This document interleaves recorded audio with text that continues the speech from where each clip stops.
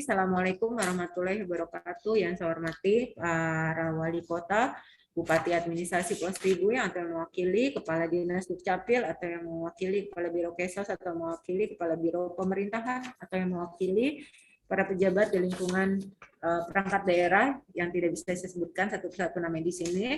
Pertama, nanti Pak Santoso selaku Kapus Datin Jamsos yang akan memaparkan lebih lanjut tentang bagaimana mekanisme pendaftaran DTKS tahap 2. Tetapi perlu saya sampaikan di sini bahwa sesuai dengan instruksi Gubernur nomor 2 tahun 2022, pendaftaran DTKS ini akan dilaksanakan sebanyak 4 kali setahun, dan saya mengucapkan terima kasih tahap 1 kemarin sudah dilaksanakan oleh Bapak Ibu sekalian, dan kita akan melaksanakan ini di tahap kedua. Di jadwal yang pertama itu di 1 sampai 20 Februari dan seharusnya tanggal 1 sampai 20 Mei.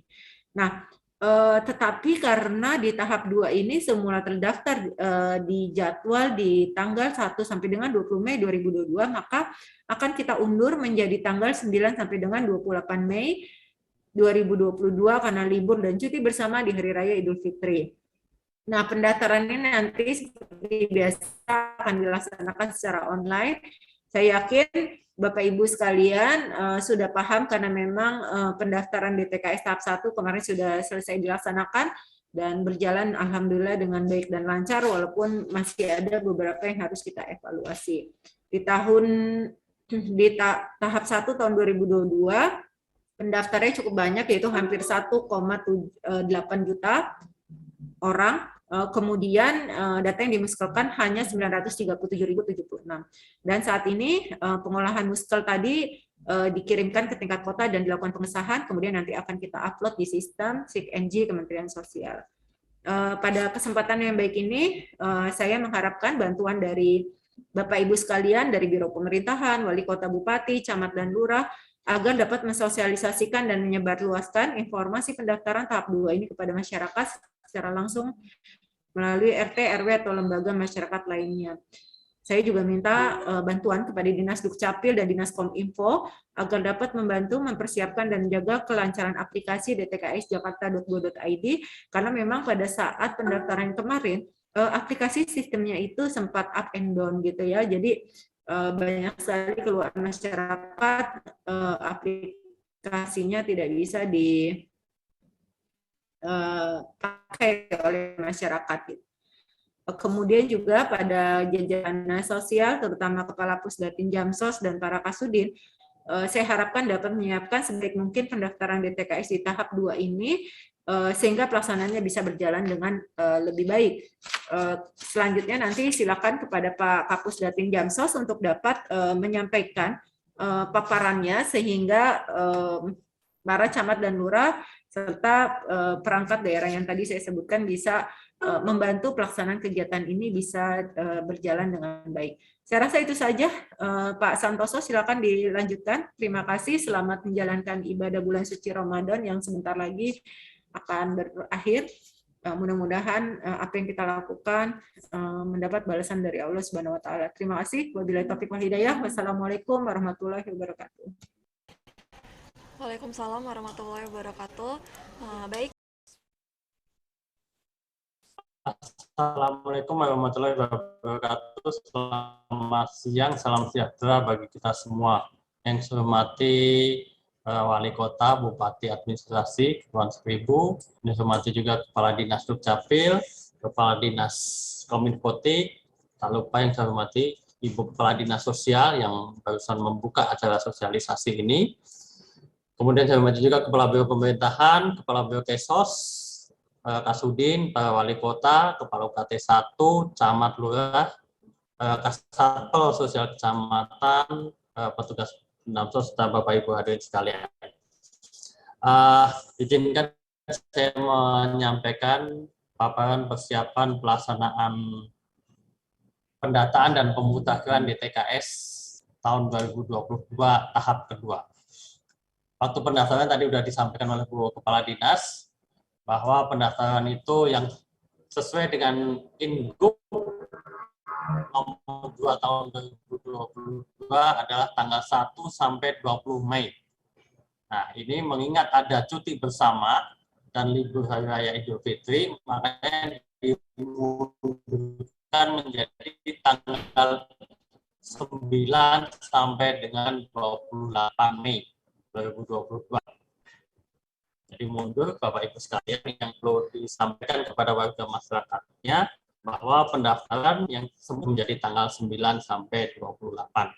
Jadi secara tidak langsung ketika kita yang mulai tanggal 29 April sampai tanggal 8 Mei kita cuti bersama, nah tanggal 9 begitu masuk kita sudah langsung dihadapkan dengan pendaftaran DTKS tahap kedua tahun 2022. Nah ini saya meminta kepada Bapak Ibu sekalian, kita harus antisipasi bagaimana pelaksanaan nantinya. Nah, kemudian bagaimana alur pendataannya? Yaitu nanti warga mendaftar secara online dengan masuk menggunakan dtks.jakarta.go.id. Kemudian membuat akun dulu apabila dia belum memiliki. Nah, kemudian setelah mendaftarkan menggunakan akun, dia tinggal masuk login di dalam aplikasi itu. Nah, yang perlu dicatat, satu akun bisa untuk mendaftarkan beberapa keluarga. Satu akun bisa untuk mendaftarkan beberapa keluarga. Nah, kemudian ketika dia masuk, akan ditanyakan nick-nya, kemudian namanya, kemudian ada cek data. Nah, cek data ini langsung kita inline dengan Dukcapil Kemendagri. Ini saya mohon kepada teman-teman Dinas Dukcapil untuk membantu supaya ketika pengecekan ke Dukcapil ini loadingnya itu cepat. Nah, kita mohon koordinasinya kepada Dukcapil. Nah, kemudian mengisi data, kemudian muncul nanti akan dicek kembali dengan pajak, dengan Badan Pendapatan Daerah. Nanti Badan Pendapatan Daerah nanti akan dicek masalah kepemilikan mobilnya, mobil dan NJOP tanah atau lahan bangunan di atas 1 miliar. Nah, ini tadi yang saya sampaikan mekanismenya.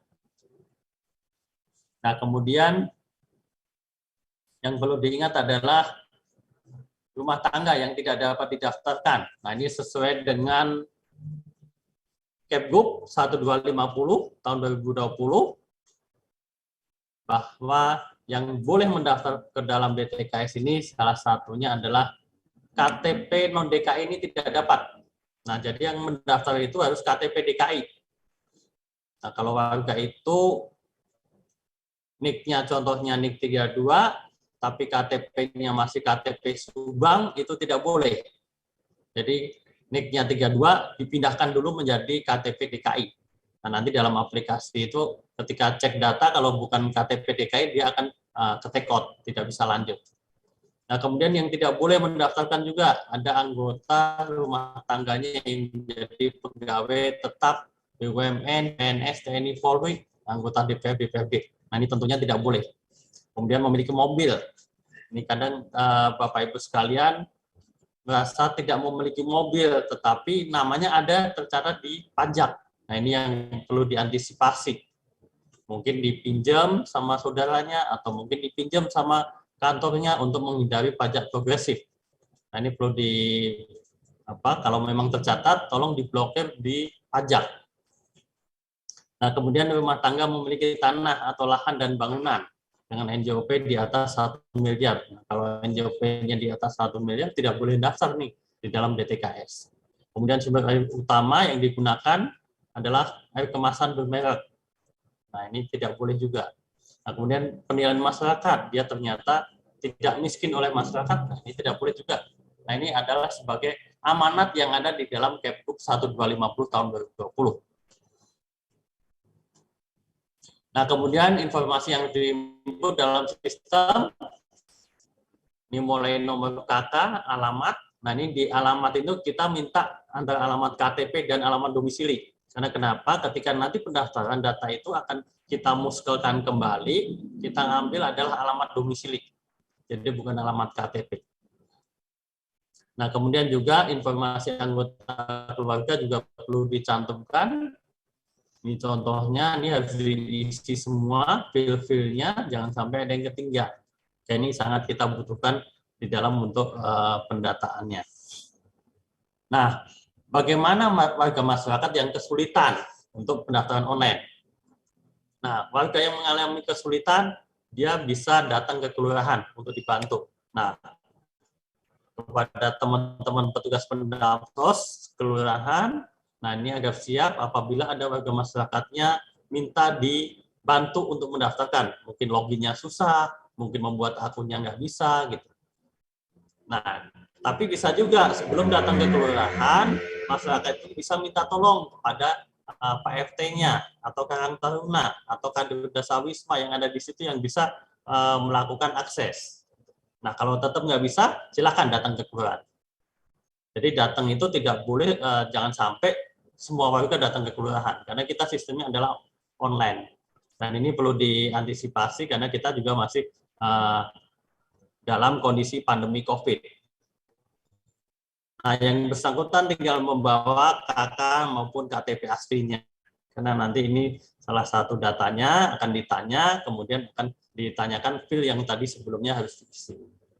Nah, ini perlu dipahami Bapak Ibu sekalian, bahwa DTKS ini adalah merupakan sumber di dalam pemberian bantuan sosial. Contohnya kalau kita lihat di APBN, itu nanti untuk PKH, kemudian BPNT, PBI, itu menggunakan data DTKS. Kalau APBD juga demikian, data KLJ, KAJ, KPDJ, KJP+, KJMU itu menggunakan data DTKS. Ditambah lagi APBD yang saat ini muncul adalah kartu peduli anak remaja, itu yang bapak ibunya, orang tua, atau walinya meninggal karena COVID. Itu sumbernya adalah DTKS.